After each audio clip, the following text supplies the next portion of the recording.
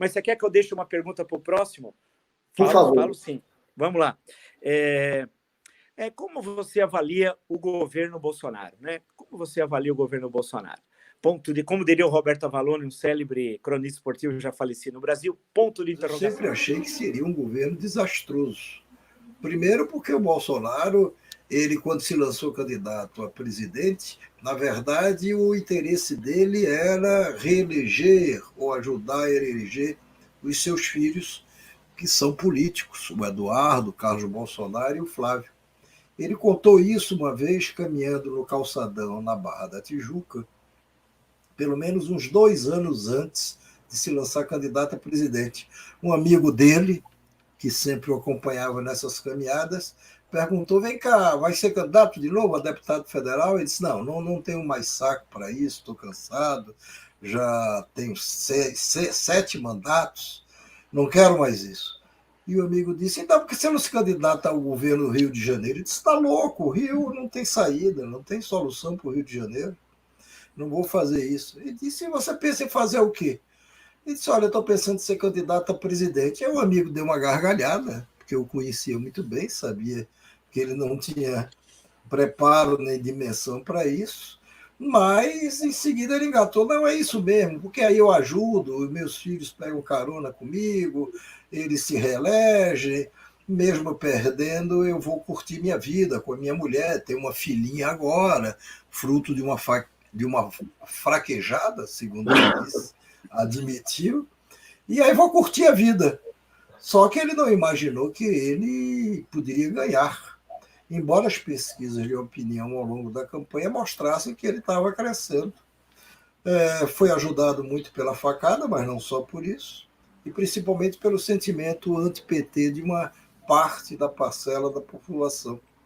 E quando ele chega, na noite em que ele comemora a sua eleição em segundo turno, depois que os amigos saíram, a imprensa foi embora e tudo, ele reteve um amigo dele, cujo nome eu não sei, mas tenho certeza da história, e teve uma crise de choro.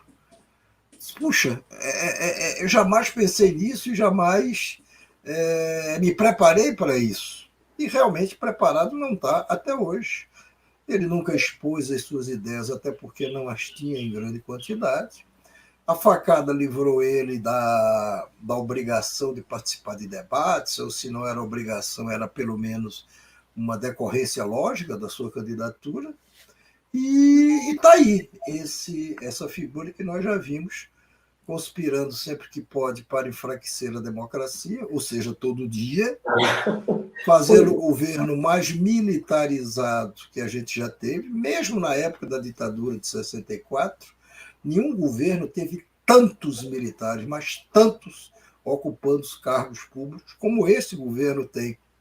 E por que ele foi buscar o apoio das Forças Armadas? Porque ele não tinha interlocução com outras camadas da sociedade, ele não tinha com quem governar, ele não sabia o que fazer, ele cercou-se de militares e também na esperança de, quem sabe, que eles o sustentem por lá.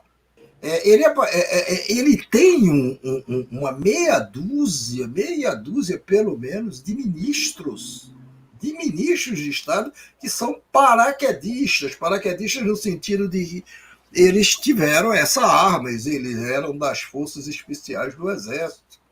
E alguém que conhece muito bem essa mentalidade militar, a formação militar, me disse que paraquedista é uma coisa complicada, quer dizer, não só complicada porque pula de onde ninguém imagina pular, mas porque é um sujeito treinado para não discutir nada, para cumprir missão. Ele tem missão a cumprir. Então alguém chega lá e diz, você tem que pular de tanta altura, tem um monte de gente atirando em você, mas não se preocupe com isso, você pula, e o cara pula.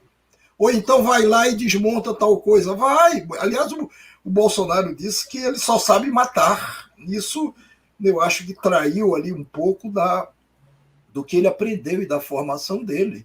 E o Exército tem esse tipo de gente. Geralmente são as pessoas, vamos dizer, menos sofisticadas do ponto de vista intelectual. São as pessoas que pensam pouco, elas cumprem missão.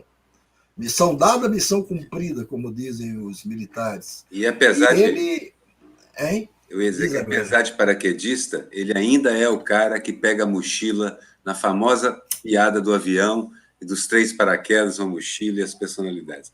Ele é o cara que pula com a mochila, em vez de pegar o paraquedas. Essa sua charge, quando você bolou essa charge, você imaginava que ela poderia causar esse tipo de reação do governo? Eu acho que você já foi, se eu não me engano, processado outras vezes. Você achava que poderia causar uma reação desse tipo? E você esperava que fosse ter essa repercussão tão grande, que fosse aparecer até no New York Times? Não, eu, na verdade, assim, já fui processado umas 4 ou 5 vezes. 3 delas por suásticas, ou pelo uso da suástica como crítica. Mas, assim, então, quando eu terminei de fazer, eu olhei para a charge e falei assim, bom, é uma espécie de pororoca semiótica, eu tenho 2 símbolos aí que são muito fortes, e certamente essa charge vai dar uma polêmicazinha. Mas nem podia imaginar que fosse algo desse tamanho. E é o Noblar que fez isso, na verdade. Quando você compartilhou, você jogou no mundo. Porque senão seria mais uma das várias charges comparando Bolsonaro aos nazistas, utilizando esse recurso, né, que é um recurso que os nazistas detestam. Quando você pega neles essa logomarca, eles odeiam, se recusam a aceitar, não gostam mesmo disso. Agora, das outras vezes você venceu, né? É estranho, porque... Eu venci uma e uma outra foi recusada antes de chegar. O Ministério Público falou, não, isso não é processo, e recusou. O pai, chamando de pai, que é meu pai, para quem não se entrou na live agora, o Noblar Coroa é o meu pai, muita gente me pergunta isso. Você já foi processado outras 2 vezes também. É isso? Essa é a terceira, não é isso? Só para deixar claro aqui para a galera. Por conta também de associar o Bolsonaro ao nazismo. Assim como a Aroeira, você também já foi processado outras 2 vezes por isso? O Google é meu 03. Descontado isso, eu queria dizer o seguinte, por Bolsonaro eu fui processado antes 2 vezes, e por causa do que não chega a ser uma charge, o Antônio Lucena, que trabalhou comigo no Correio Brasiliense, trabalhou também na TV Globo, trabalhou em vários lugares.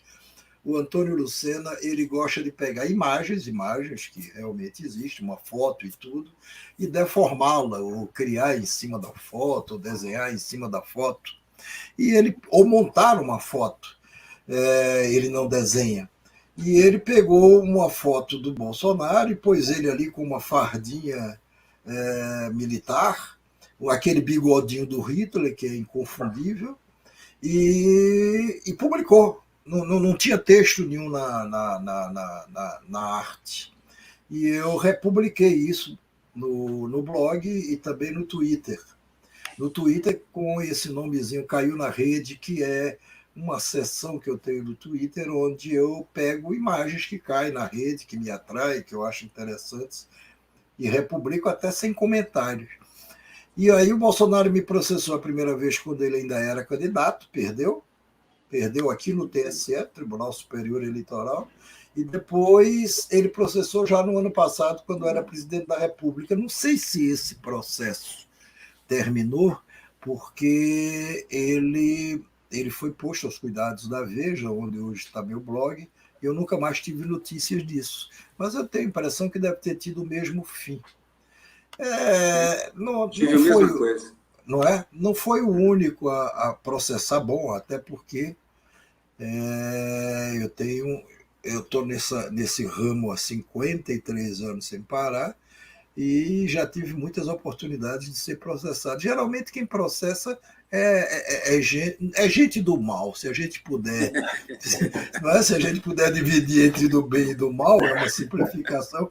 Geralmente é gente do mal. Eu só tive uma pessoa que eu diria que era de gente do bem que me processou. Eu também. Que foi o ministro Joaquim Barbosa, quando ele era presidente do Supremo Tribunal Federal. Imagina, você ser processado pelo presidente do Supremo Tribunal Federal. E o pior, ele me processou, ele pediu abertura de processo e tudo, por crime racial. Opa. Crime racial, eu tinha escrito. Na época eu trabalhava no Globo, escrevi uma coluna em segundas-feiras no Globo, e o blog estava hospedado no site do Globo. Ele processou alegando que eu tinha sido preconceituoso, etc. e tal, papapá. Esse processo foi para a Justiça do Rio de Janeiro, mas o juiz nem permitiu que fosse aberto o inquérito, imediatamente arquivou, porque realmente não tinha pé nem cabeça. E mesmo o Joaquim podendo recorrer dessa decisão do juiz, ele não recorreu. Foi o único sujeito do bem, digamos assim, que me processou. O resto tudo é do mal. Eu tive um do bem também, que foi o Nilo Batista, que me processou foi como governador. A charge foi injusta, admito, a charge foi injusta. Mas não Era queria como, dinheiro né? nem nada. Qual Queria que era? só um pedido de desculpas. Não, era uma charge, era assim, eu tinha desenhado o Castor de Andrade e eu desenhei o Nilo Batista como se fosse um pequeno ratinho aqui no ombro, e assim, ele dando uma migalhinha, mas a charge foi injusta, eu admito. E ele não queria nada a não ser um pedido de desculpas. O Jornal do Brasil se desculpou e ficou por isso. Os outros não, os outros foram gente do mal com lavrada em cartório, gente do mal com escritura lavrada em cartório mesmo.